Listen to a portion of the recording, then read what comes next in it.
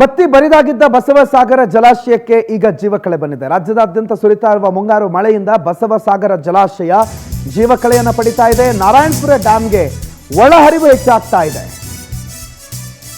ಈ ಬಸವಸಾಗರ ಜಲಾಶಯ ಏನಿತ್ತು ಅದು ಕಂಪ್ಲೀಟ್ ಆಗಿ ಬತ್ತಿ ಬರಡಾಗುವಂತ ಜಲಾಶಯಗಳ ಪೈಕಿ ಒಂದು. ಆ ಜಲಾಶಯ ಜೀವಕಳೆ ಪಡೆದಿದೆ. ನಾರಾಯಣಪುರ ಡ್ಯಾಂಗೆ ಒಳಹರಿವು ಹೆಚ್ಚಾಗ್ತಾ ಇರೋದ್ರಿಂದ ಕೃಷ್ಣಾ ನದಿಗೆ 25,000 ಕ್ಯೂಸೆಕ್ ನೀರು ರಿಲೀಸ್ ಆಗಿದೆ. ಯಾದಗಿರಿ ಜಿಲ್ಲೆ ಹುಣಸಗಿ ತಾಲೂಕಿನ ನಾರಾಯಣಪುರ ಡ್ಯಾಂನಲ್ಲಿ ಜಲಾಶಯಗಳಿಂದ 6 ಗೇಟ್ಗಳ ಮುಖಾಂತರ ನೀರನ್ನು ಬಿಡುಗಡೆ ಮಾಡಿದ್ದಾರೆ. ಆ ನೀರು ಅಕ್ಷರಶಃ ಹಾಲ್ ನೊರೆ ರೀತಿಯಲ್ಲಿ ಕಾಣ್ತಾ ಇದೆ. ಡ್ಯಾಮ್ನ ನೀರು ಧುಮ್ಮಿಕ್ತಾ ಇರುವಂಥ ದೃಶ್ಯ ನಯನ ಮನೋಹರವಾಗಿದೆ.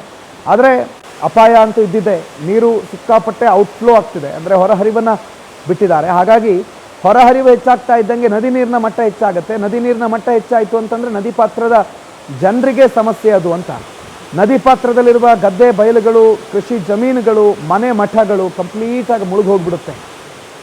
ಹಾಗಾಗಿ ಅಪಾಯದ ಮಟ್ಟ ಮೀರಿ ಡ್ಯಾಮ್ ಹರಿತಾ ಇರೋದ್ರಿಂದ ಮೀನುಗಾರರಲ್ಲಿ ಹುಚ್ಚಾಟ ಮೆರೆತಿದ್ದಾರೆ. ಡ್ಯಾಮ್ ನೀರಿನಿಂದ ನೀರು ಬಿಡುಗಡೆ ಮಾಡ್ತಾ ಇದ್ದಾಗೆ ಮೀನುಗಾರರು ಡ್ಯಾಮ್ ಪಕ್ಕದಲ್ಲೇ ಬಲೆ ಇಟ್ಕೊಂಡು ನಿಂತುಬಿಟ್ಟಿದ್ದಾರೆ. ನಾರಾಯಣಪುರ ಡ್ಯಾಮ್ ಗೇಟ್ ಸುತ್ತಮುತ್ತಲೂ ಪೊಲೀಸರ ಬಿಗಿ ಭದ್ರತೆಯನ್ನು ನಿಯೋಜನೆ ಮಾಡಿದ್ದಾರೆ. ಆದರೆ ಮೀನು ಹಿಡಿಯೋರು ಡ್ಯಾಮ್ನಿಂದ ಮೀನು ಆ ನೀರಲ್ಲಿ ಜಂಪ್ ಆಗುತ್ತೆ, ಅದನ್ನು ಹಿಡಿದು ಬಿಡೋಣ ಅಂತ ನೋಡಿ ಬಲೆ ಹಿಡ್ಕೊಂಡು ಹೆಂಗೆ ಕೂತಿದ್ದಾರೆ. ಅದು ಸಣ್ಣ ಸಣ್ಣ ಮಕ್ಕಳು, ಹುಡುಗರು, ಯುವಕರು. ಸದ್ಯ ಪೊಲೀಸರಲ್ಲಿ ವಿಶೇಷ ಬಂದೋಬಸ್ತನ್ನು ಏರ್ಪಡಿಸಿದ್ದಾರೆ. ಆ ನೀರಿನ ಪ್ರಮಾಣದಲ್ಲಿ ಸ್ವಲ್ಪ ಹೆಚ್ಚು ಕಮ್ಮಿ ಆದ್ರೂ ಆ ಹುಡುಗರು ಹೆಸರಿಲ್ದಂಗೆ ಹೊರಟು ಬಿಡ್ತಾರೆ. ಕಾಣಿಸೋದೇ ಇಲ್ಲ ಅನ್ನೋ ಪರಿಸ್ಥಿತಿನೆಲ್ಲ ಅವರನ್ನು ನೀರು ಕೊಚ್ಕೊಂಡು ಹೋಗುತ್ತೆ. ಆದರೆ ಆ ಭಯನೇ ಇಲ್ಲದೆ ಮೀನುಗಾರರು ಮೀನು ಹಿಡ್ಕೊಂಡು ಒಂದು ರೀತಿ ಹುಚ್ಚು ಧೈರ್ಯ ಪ್ರದರ್ಶನ ಮಾಡ್ತಿದ್ದಾರೆ. ಯಾದಗಿರಿ ಪ್ರತಿನಿಧಿ ಮಹೇಶ್ ಕೊಟ್ಟಿರುವ ಒಂದು ಪ್ರತ್ಯಕ್ಷ ವರದಿ ಇಲ್ಲಿದೆ ನೋಡಿ.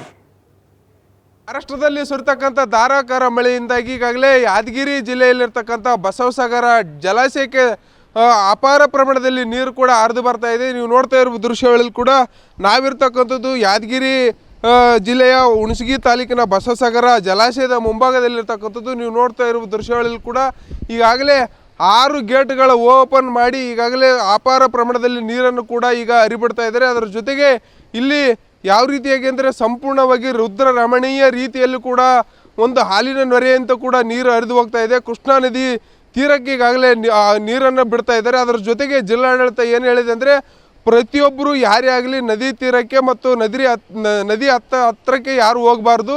ಯಾಕಂದರೆ ದಿನದಿಂದ ದಿನಕ್ಕೆ ಮಳೆಯ ಪ್ರಮಾಣ ಜಾಸ್ತಿ ಆಗ್ತಾ ಇರೋದ್ರಿಂದ ಅಪಾರ ಪ್ರಮಾಣದಲ್ಲಿ ಕೃಷ್ಣಾ ನದಿಗೆ ನೀರು ಬಿಡ್ತಾ ಇದ್ದೀವಿ. ಅದರ ಜೊತೆಗೆ ಯಾರು ಕೂಡ ನದಿ ತೀರಕ್ಕೆ ತೆರಳಬಾರ್ದು ಅಂತ ಹೇಳ್ತಾ ಇದ್ದಾರೆ. ಆದರೂ ಕೂಡ ಇಲ್ಲಿ ಕೆಲವೊಂದಿಷ್ಟು ಮೀನುಗಾರರು ಮಾತ್ರ ಉಚ್ಚಾಟವನ್ನು ಮೆರೆದು ಏನಂದರೆ ನದಿ ತೀರದಲ್ಲಿ ಅದರಲ್ಲೂ ಕೂಡ ಇಲ್ಲಿ ಗೇಟ್ ಓಪನ್ ಮಾಡಿದಂಥ ಮುಂಭಾಗದಲ್ಲೇ ಇವರು ಬಲೆಯನ್ನು ಹಾಕಿ ಮೀನುಗಳನ್ನು ಕೂಡ ಇಡ್ತಾ ಇದ್ದಾರೆ.